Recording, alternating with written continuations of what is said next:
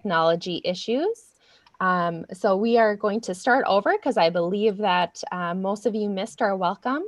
So welcome and thank you for joining us today. My name is Amy Anderson, and I'm the Assistant Director of Alumni Relations.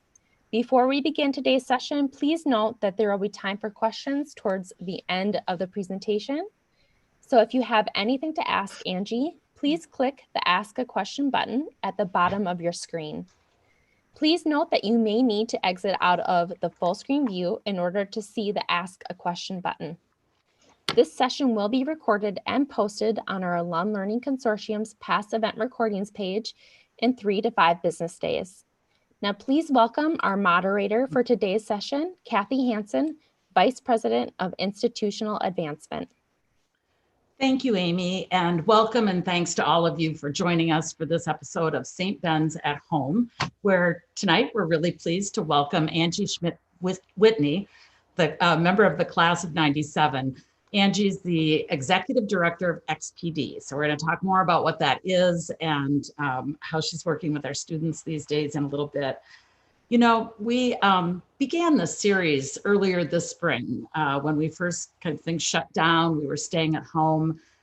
We were social distancing. And we thought, you know, what better time to reach out to our alums and donors and other friends to share, you know, what's happening on campus, to maybe tell some stories about our bennies, talk about some of our plans for the futures, and probably most importantly, just to demonstrate that once again, the Benny Network is alive and well and thriving. So thank you for being a part of that. This is the 7th in our series, and we're hoping that it will inspire you tonight, maybe entertain you a little bit, and educate you about some of the things happening on campus. I'll start with some questions for Angie, but then we'll turn it over to you in the audience later where you can pose your questions. So we've got a lot to cover, so let's get started. So Angie, you are the Executive Director of XPD. I'm guessing that a lot of people out there might be wondering what that is. So can you tell us, what does XPD stand for, but also, and more importantly, what is it you do?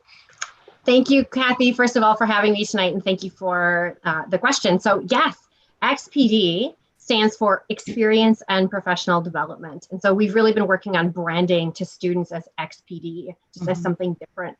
And so we've existed for about 3 years. And so our office became a thing, which basically we came together from what was career services and experiential learning and community engagement. And depending on what I like to say vintage some of you are from, you might also not be familiar with experiential learning and community engagement, because that office had existed for about 5 years prior. So what that basically includes are the experiences tied to academics. So that might include an academic internship, that might include service learning. There's some fellowship components, things like that. And so our mission at XPD is we empower students to connect their aspirations with opportunities. We want them to translate their liberal arts education to achieve meaningful personal and professional lives. And the tagline that we really use a lot with students, that I think students can really wrap their head around or understand it in a real simple way, is we want students to explore, do, reflect, and connect. So those are the main components of XPD. That's interesting. And I want to drill down into that a little bit more.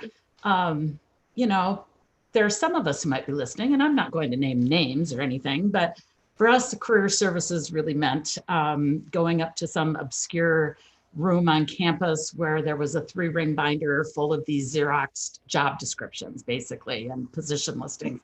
And we'd go there maybe in May of our senior year or April if we were really planning ahead. And that was kind of it for career services. Now, even what you've just described is way beyond that, obviously. I know there's sort of 3 main facets to your work. So could you talk in a little more detail about what those are? Absolutely. So the piece you're starting, or you were talking about, I'll start there, right? So we house career development. And so there's just even a whole continuum of things that wind up existing in terms of, well, what is career development? But some of those pieces wind up being, you know, who am I? What do I value? What are my options? Like, what majors exist here? And what the heck can I do with that? Like, that's where translating the liberal arts really winds up coming in. So there's the career development piece. The second piece winds up being, as I mentioned, the experiential learning piece. So we house, again, some of the experiential learning on campus. I named a couple of the pieces before. We've like academic internships, service learning, some of our fellowships, and partially we just know a lot more now about how people learn. It's no longer the case that you necessarily just sit into a classroom and your brain kind of opens up and you take in all this information and you automatically know. We know that engaging in that information, getting some of the hands-on pieces where you can apply things really helps you understand. So career development, experiential learning, and that third component is the community engagement. We don't exist in a bubble. And so again, like, how do we wind up connecting to the community? I mentioned you learn those theories in the classroom, and some of our opportunities allow students to apply that information in the community. So really to listen, to interact, understand that material at a whole new level. So those are the three components.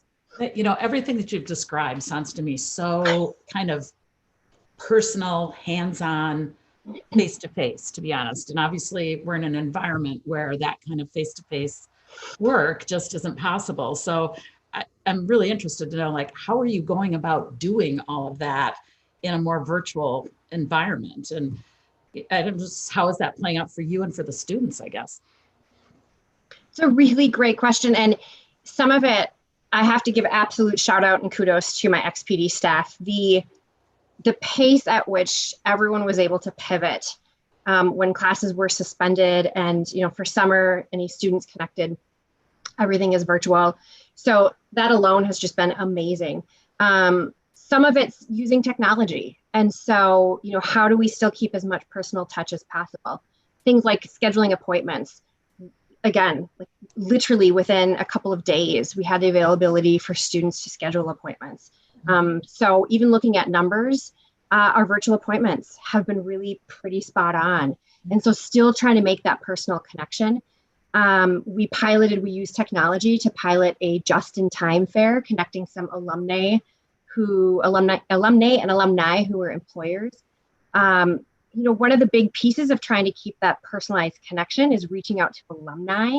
So for example, one of the first things we did is we reached out to alumni and said, can you help create some short snippets of videos? Speak to our students, whether that was, what tips do you have during the pandemic? How do you help yourself stand out in the pandemic? Some of those kinds of things.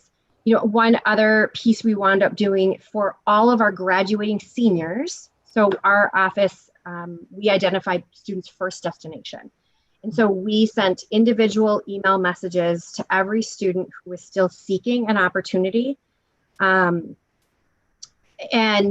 let them know, like, hey, we're here for you. So it's kind of a combination of the technology piece, but yet still trying to find those personal touches. So, and for fall, it's going to be virtual. So that's what I was going to ask, what fall will look like, and maybe talk then a little bit about, especially the first year students coming in, right?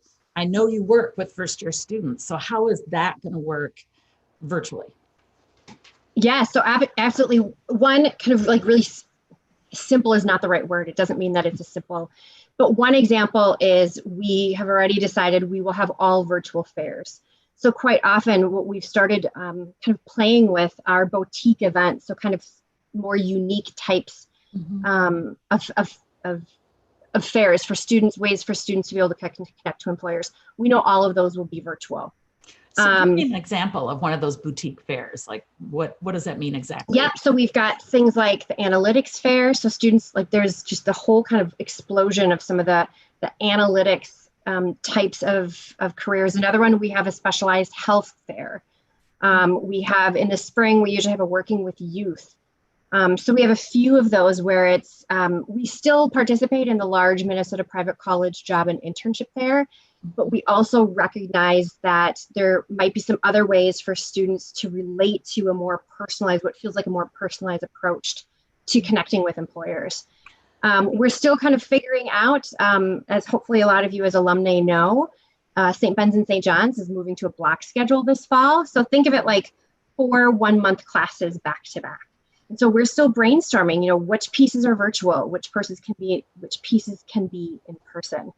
Cathy, you talked about first year students.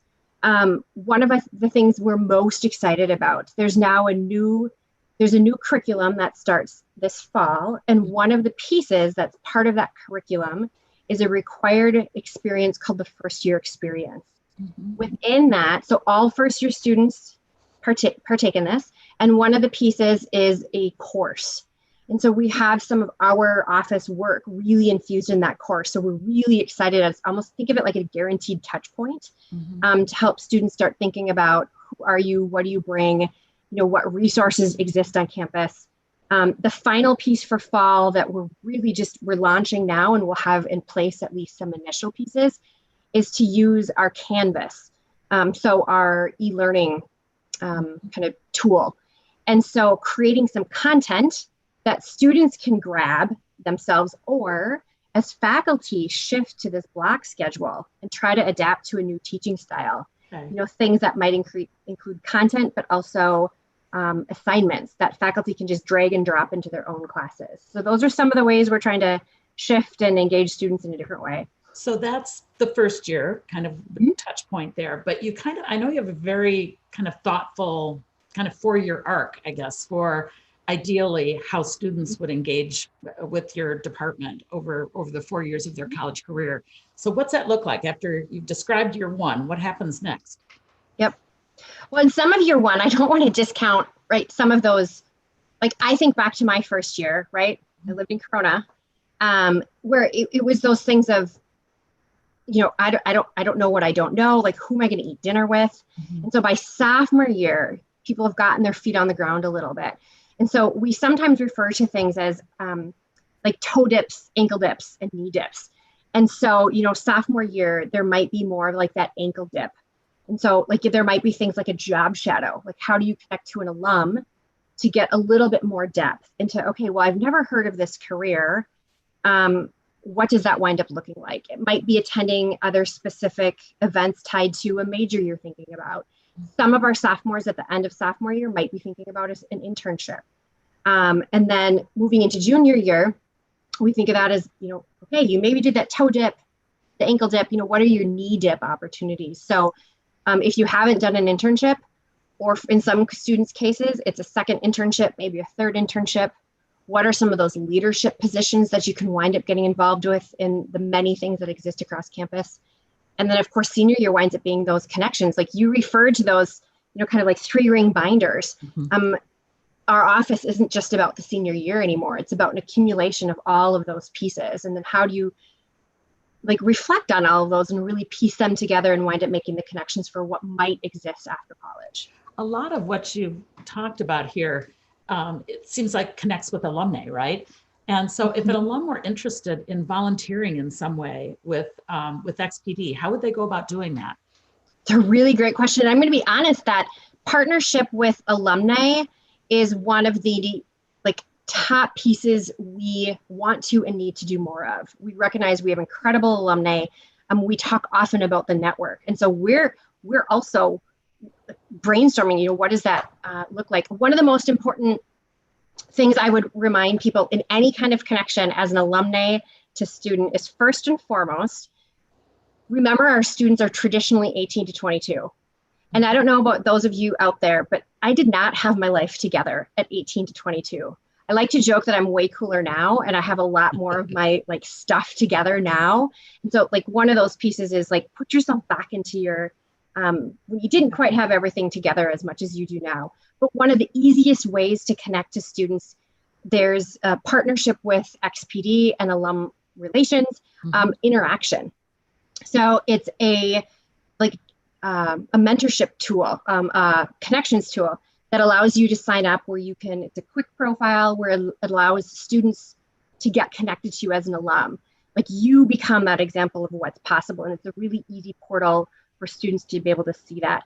One other piece I would really highlight, we've been launching our micro internships. Mm-hmm. So if you think of an internship as, my hand is a job description, a micro internship, if your regular job description has, say 10 to 15 kind of job responsibilities, your micro internship is really just a couple of those lines.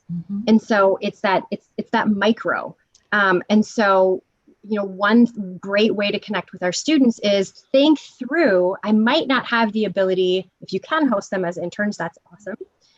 But think of it even in that project base of what are some of those really kind of smaller pieces that you might be able to take a student on, and then post that in Handshake, our experience-based platform, with the title literally CSB SJU Micro Internship in the title.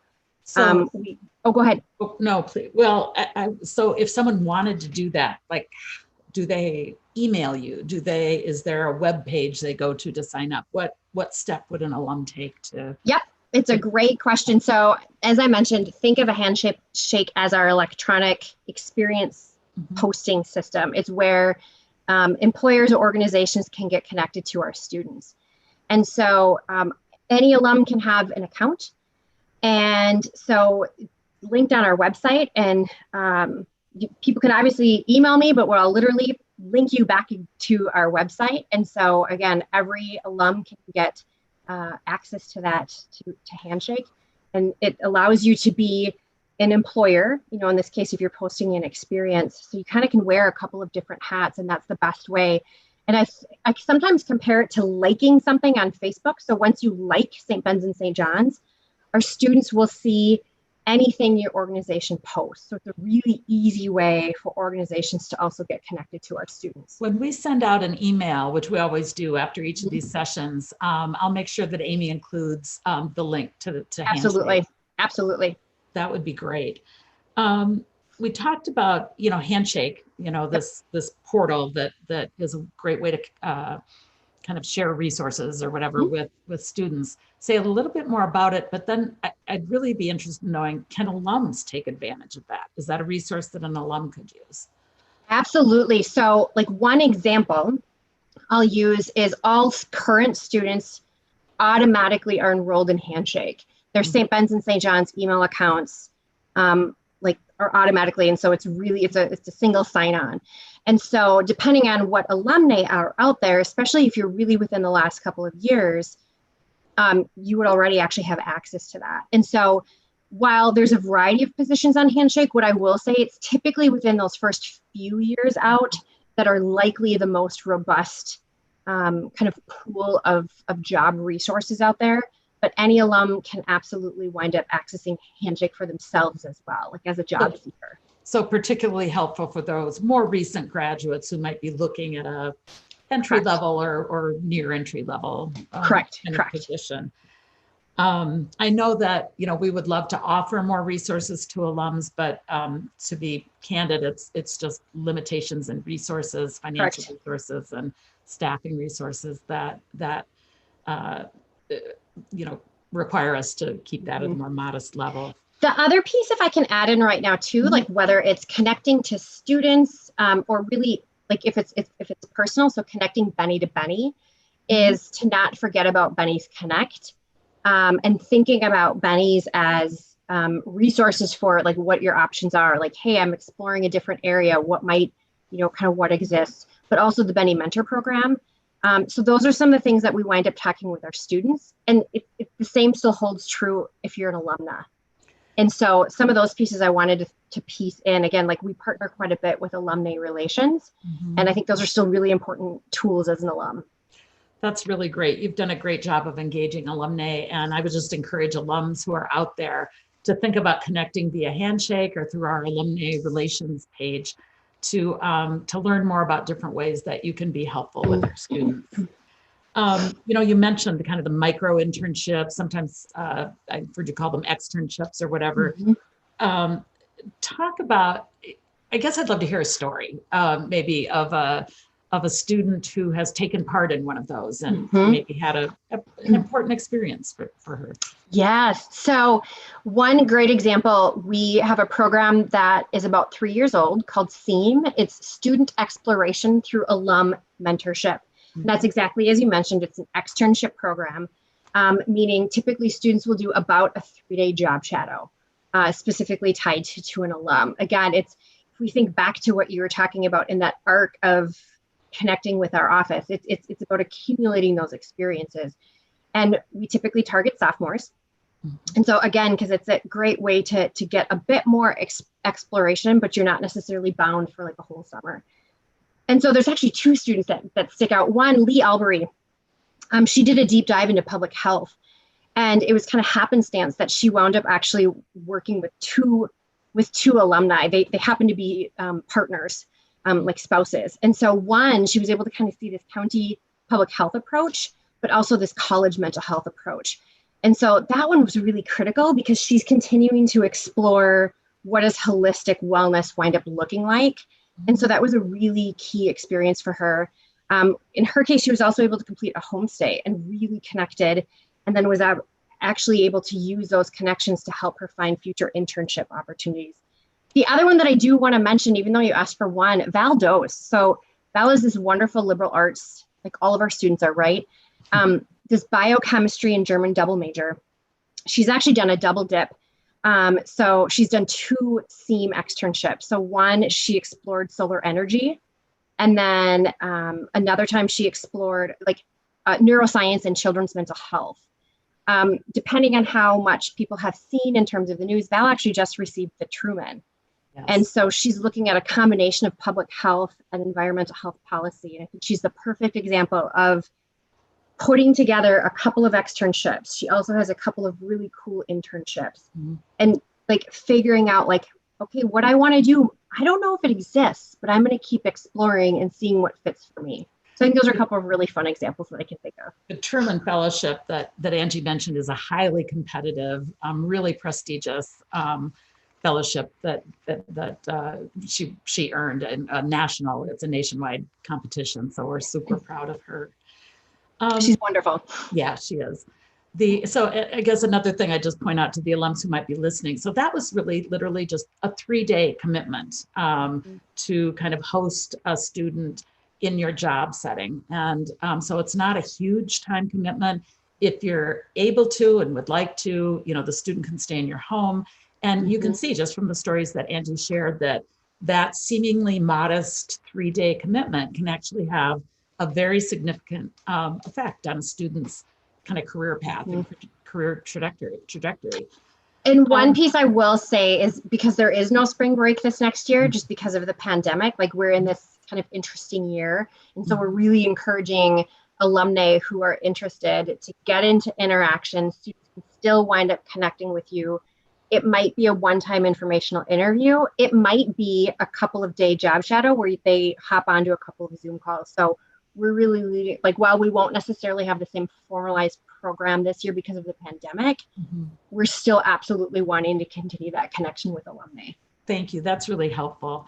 One of the things we think about, and we've talked about this in other St. Ben's at Home sessions, is really the changing demographics of our student body. And I wonder if that's had any effect on kind of what kind of work you do or how you do your work in XPD. It's a huge component. So like some of the historical ways career, as an example, has existed, or I could even start with education, right? Like some of the traditional ways of educating were, again, sitting in a classroom, taking in great stuff from a faculty and assuming that was the best way to learn. So for us, it's thinking about it's not just what are we offering, but it's how we're offering. So I use the example of Lee Albury. She's a Bahamian student. So things like we can create these really great SEAM programs, but realizing not everyone's from Minnesota. And so how do we make sure like is transportation available? How, there are some students who don't have like a house or like know someone who they can stay with. So making sure we're building those pieces in. So for which alumni have a homestay, like that's one specific example. The other piece that I think is one of the biggest shifts is in the past, I think career was about receiving students into our office and hoping we could get information out and that some students would find out about us and come to us. It's really, we're flipping the model completely in a 180 instead and thinking out about, we can't wait and hope students will visit us. So what become those equalizing pieces? Like what becomes the equity piece and how do students access us? So one example, again, is how do we partner with faculty? So again, academics are a required piece for all students. And so how do we incorporate some of these pieces into the academic piece? So it's not just hoping a student will come to us, that it's every single student, that we don't assume a student is coming in with specific social capital, that we piece those pieces together and make sure all students have access to it. So that's one example. Yeah, I want to follow up on that, particularly your the point you made about equity. So you and I have had many conversations about this over the years. Yes, we have.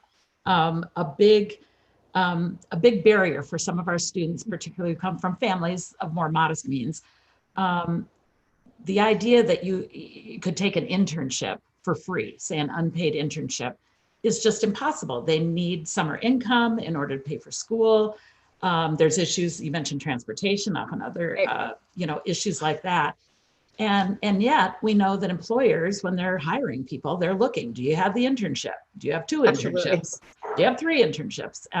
They're very, very important, but access to them and the equity of those can really be a problem because of the need that many students have to actually earn income. So I know that what we've worked on, and we've worked together on this, is really, I think, driving a lot of growth in summer leadership fellowships. So I'd love to hear you explain what those summer leadership fellowships are and the difference it's made in some of our students' lives. This is my heart space. You know this. I mean, Cathy, you and I have had so many conversations. Like, this is the center of like the heart piece of this work. Like, this is why I love this. So it's 100% true, right?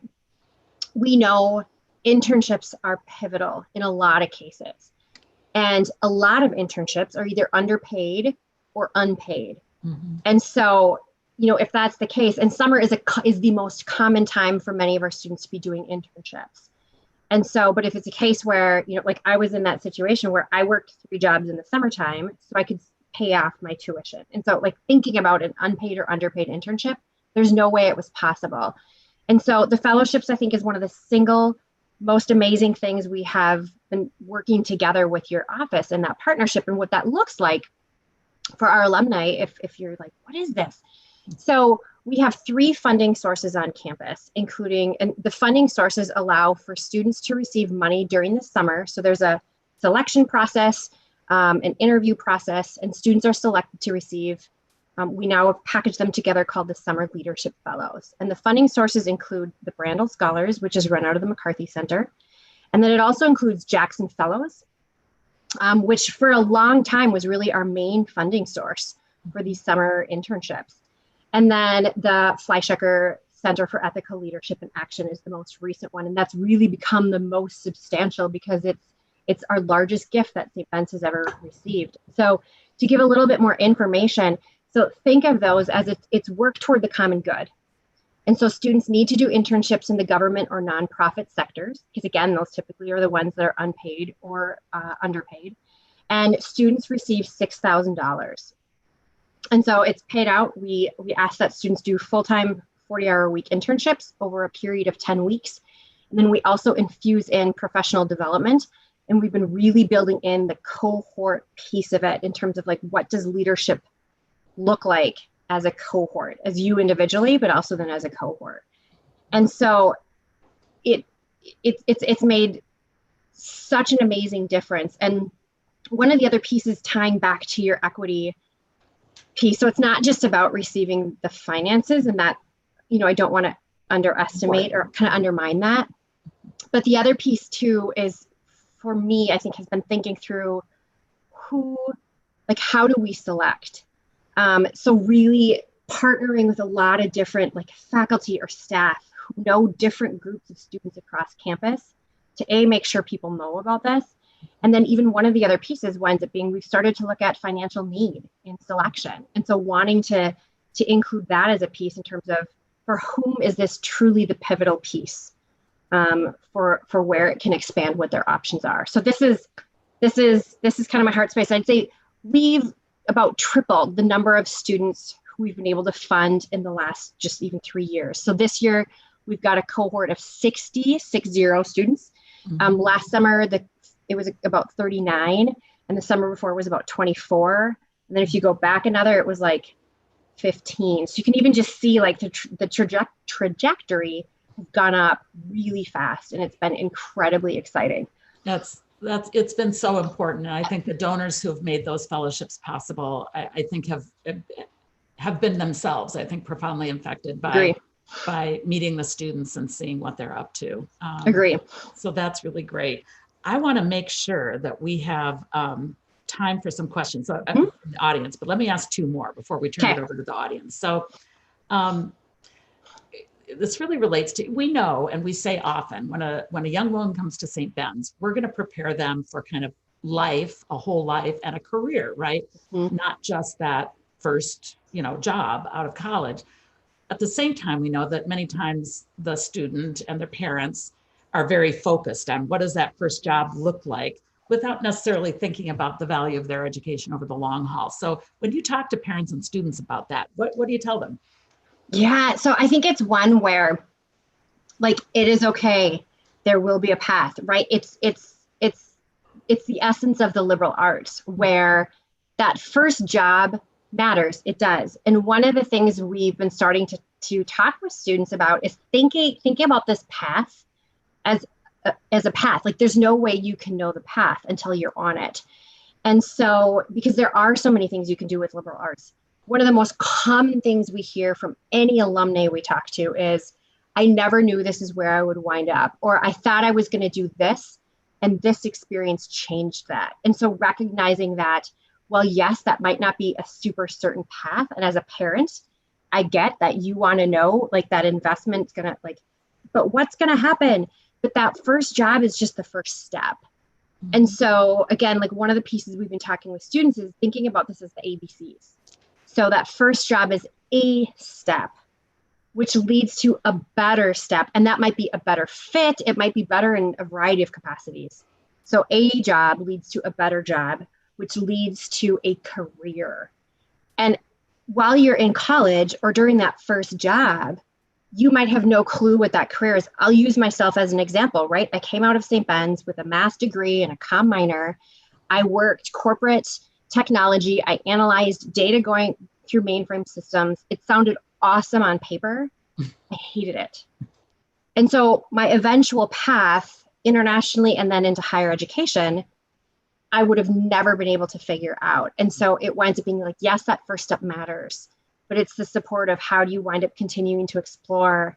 And that there are some, just, you look at the pandemic, what do we need right now? We need smart people who can problem solve, who are critical thinkers, who can communicate well, who can think about, okay, we've never done this. What are we going to do?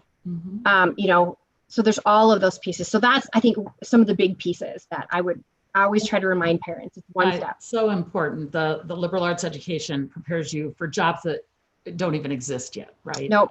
So it's so important. Now, before we turn it over to questions from the audience, I've got one last very challenging question.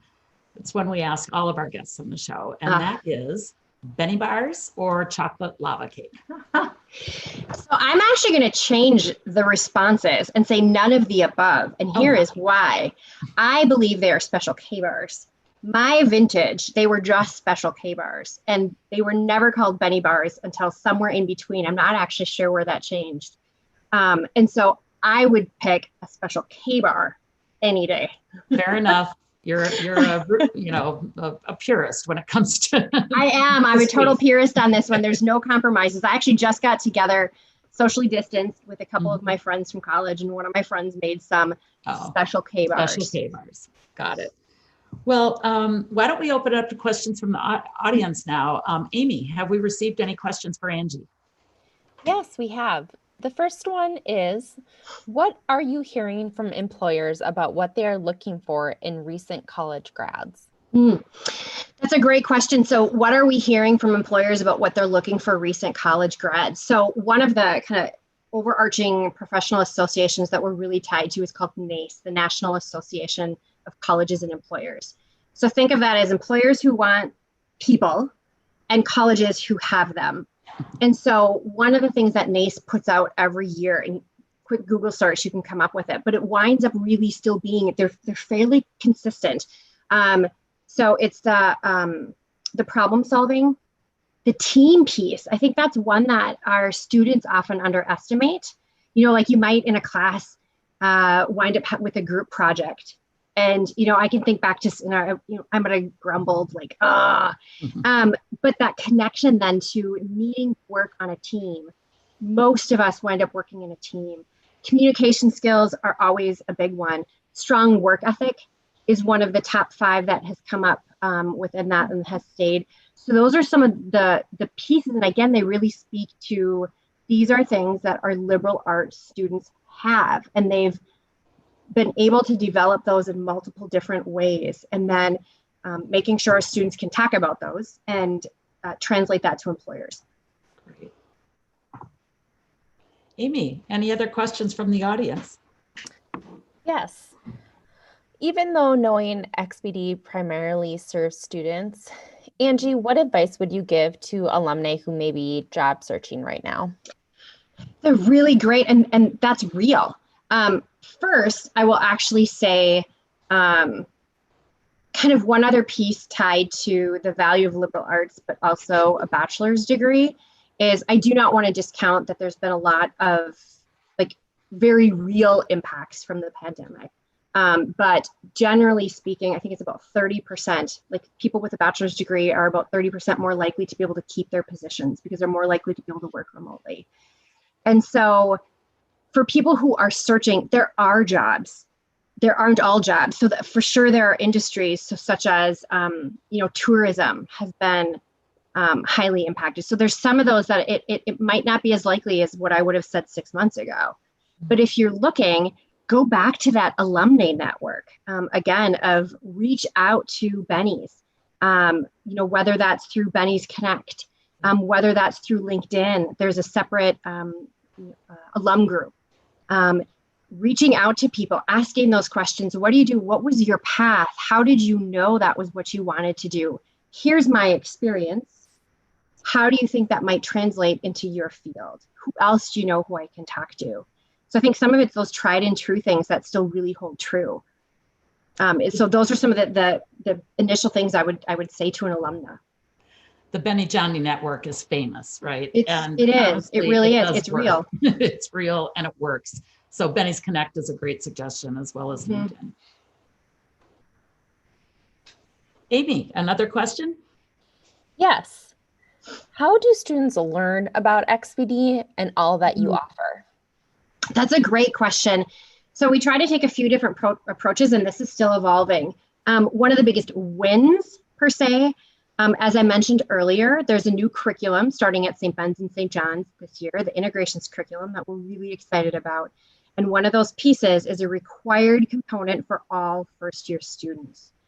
And so while there are some of that like academic pieces, a lot of that class also includes what are your resources on campus and who is there on campus to help you figure this out. It doesn't have to like be implied that you're supposed to just know. And so XPD is very much included within that Integrations 105, that first year course. It's orientation. We try to really make sure it's not just a one-time thing and assuming that if students hear about us once, they're going to know. It's connecting with faculty. Some of our most amazing partners are our faculty. And pieces of that too then are what I mentioned earlier in how do we help faculty by creating some of that content that they can just drag and drop into courses. And so that those resources are there. So it's this multiple piece. The other piece that I don't want to, that I think, again, plays a really key role, we've been intentional with who works in our office. So how do we make sure we have students who represent a lot of different areas on campus? And so that peer-to-peer is still truly one of the most, I think, powerful tools that we have to connect with students. Thanks, Angie. Amy, are there more questions from the audience? Yes. Angie, knowing that XPD is a joint program and serves both CSB and SGU, what are the differences, if any, do you notice between Benny's and Johnny's as they prepare for careers? Are there differences between Benny's and Johnny's as they connect to careers? Yes, I would say. So we are joint. So we serve both Benny's and Johnny's. I think one of the pieces that Benny's, and you as alumni will totally, you know this, right? Like Benny's take advantage of opportunities. Bennies tend to be planners. So if you tell a Benny what to do, they're going to seek it out. They're going to gather advice. They're going to listen to you. What we see on campus is that Bennies often have higher engagement percentages. And so we know they're accumulating those experiences. And so some of it actually winds up being the opposite piece where we're like, it's okay if you don't know that long-term plan. Let's work on that first step. I'd be remiss if I didn't say there's enough systemic sexism in the workplace that Bennies still have to have these experiences to equalize out some of that playing field. And also then overlaying some of the multidimensional pieces of identity. And so Bennies need these experiences to be just as well equipped in terms of what they're finding. And so that's why having so many of these experiences that a Bennies can wind up getting engaged in is so important. And again, the liberal arts well-rounded piece. And so the ambiguity of what you can do with liberal arts winds up being hard for Bennies sometimes, again, because so many of them are planners. And so having that, like, it's okay, it is going to be okay. Like it will work out. So I think those are some of the initial things I would say in terms of, how Bennies and Johnnies wind up engaging in some of those post-graduation opportunities.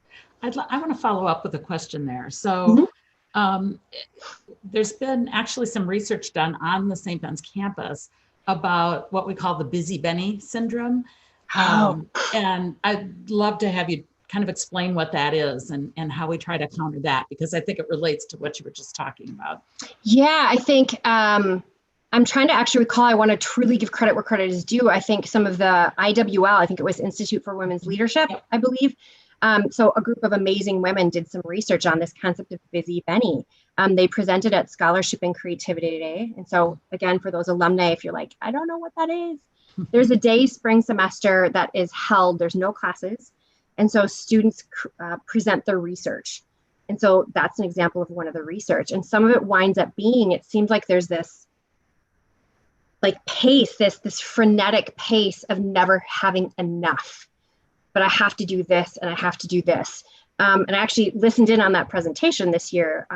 And so, one of those pieces that Bennies were really encouraging other Bennies to be thoughtful and intentional, that you actually don't have to do 20 things. What are those things you feel really passionately about? And you might not even know what you're passionate about, but what are the things you're the most interested in trying? And being okay saying no to something. And so I hope I'm summarizing that well. I don't know if you have any pieces you would add to that, Cathy, but those are some of the pieces of that busy Benny.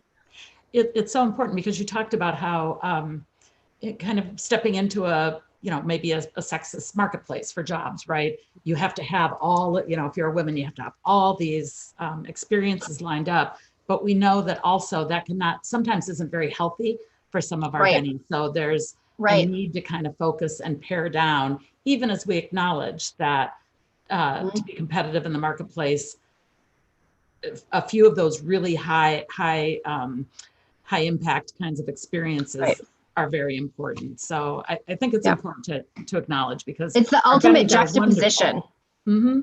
Yeah. It really is. Good. Amy, do we have any more questions from the group? Yes. Angie, can you tell us more about the Center for Ethical Leadership? Oh, yeah. So the Fleischacker Center for Ethical Leadership and Action.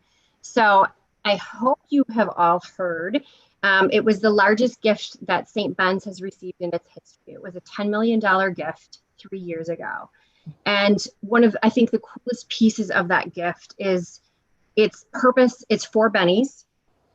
And the idea of that gift is, how do we build ethical leaders? And so there's different ways you can think about what ethics are. And so one of, I think, the main things I talk with students about is thinking about ethics from that values perspective.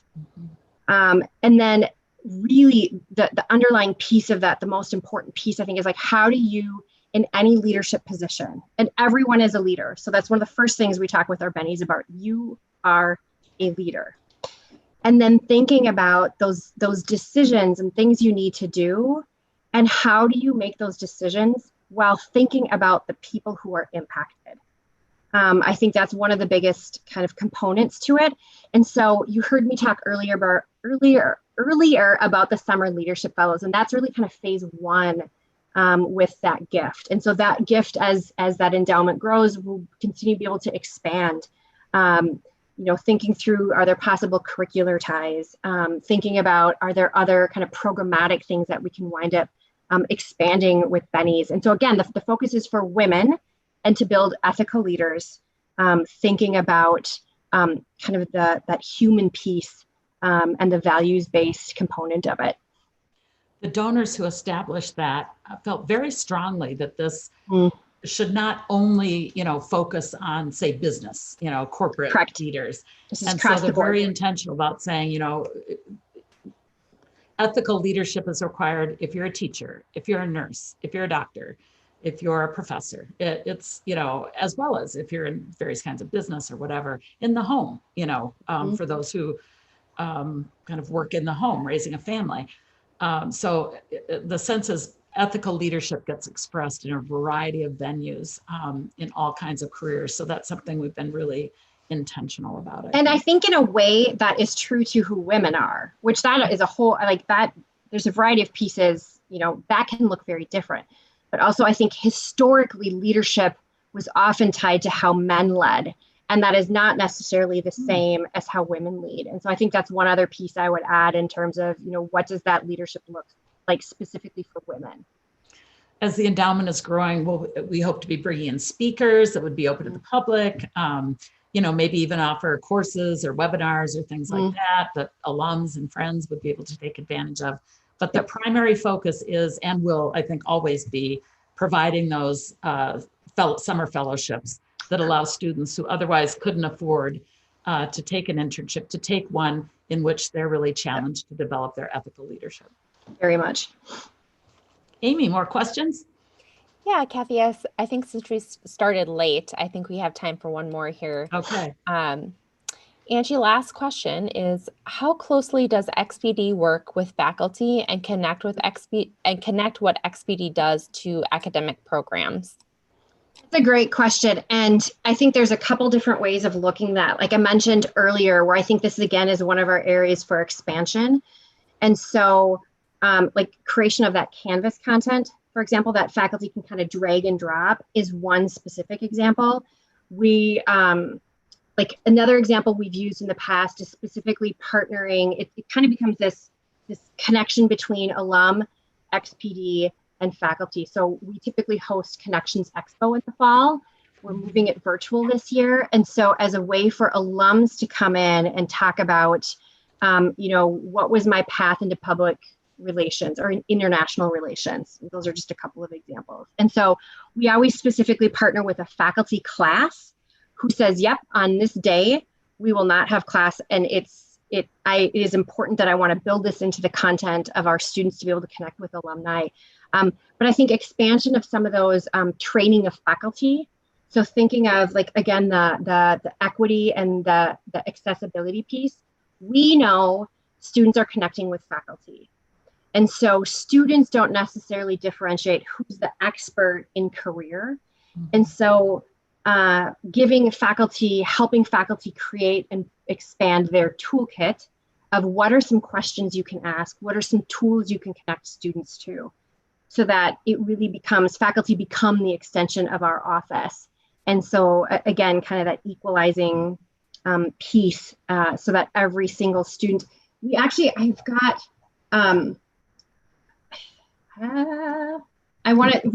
another piece too, actually, that's tied to that is we just signed on to what's called the National Alumni Career Mobility Survey. Okay. And so there are first destination, like that's what we run, like what's your first thing you're doing? Our institutions also survey alumni like 3 and 6 years out. And the National Alumni Career Mobility Survey looks specifically at alums 5 and 10 year out. So if you are 5 or 10 years out and you get an email, take this.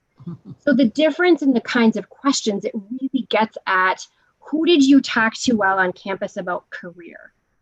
And what some of the initial data from other institutions, and we'll have our own data here coming up in the next year, is often it may or may not be only tied to the career office. It's faculty, it's all these other touch points. And so, for example, I'll give a couple of stats I pulled up. Students who received helpful career advice during their undergraduate experience, I should say. They had about 15% points higher responses about their economic mobility. They also had about 15 percentage points higher response regarding their career satisfaction, and about 30 percentage points higher about their educational satisfaction. So it winds up being this really cool, if you talk to someone about your career, that's where, again, whether it's our office, whether it's an academic advisor, whether it's a faculty member, you are more likely to report career satisfaction, career mobility, economic mobility, and then kind of back to satisfaction with the institution. So I think that's some really cool kind of places where we want to be heading in terms of like additional partnerships. So take that survey when you get the email. Take it. Do not hit delete. I'll find you. Thank you, Angie. And thank you to the audience for submitting such great questions. That's probably all the time we have, excuse me, this evening. So Angie, thank you so much for being a part of this conversation tonight. And thanks to all of you who are listening, who took time out of your busy schedule to be part of St. Ben's at Home. As Angie and I log off right now, I encourage you to stay on where you'll hear some details about tonight's episode, as well as information about our upcoming final episode of our Summer St. Ben's at Home series. So thank you, and Angie and I will say goodbye. Thanks, everyone. Thank you again, Angie and Cathy, for your time this evening. Audience, you can share additional questions or comments on tonight's episode through the evaluation form that will be emailed to you by the Alumni Relations team. Next week, we will host our final summer episode in our St. Ben's at Home series. We are excited to welcome the new CSB Interim President, Lori Heyman. She will join us next Wednesday, July 1st at 7 p.m. We hope that you will join us, and please invite your Benny friends as well. You can find additional details about the St. Ben's at Home series on csbalumni.com/events page. Thank you all for attending.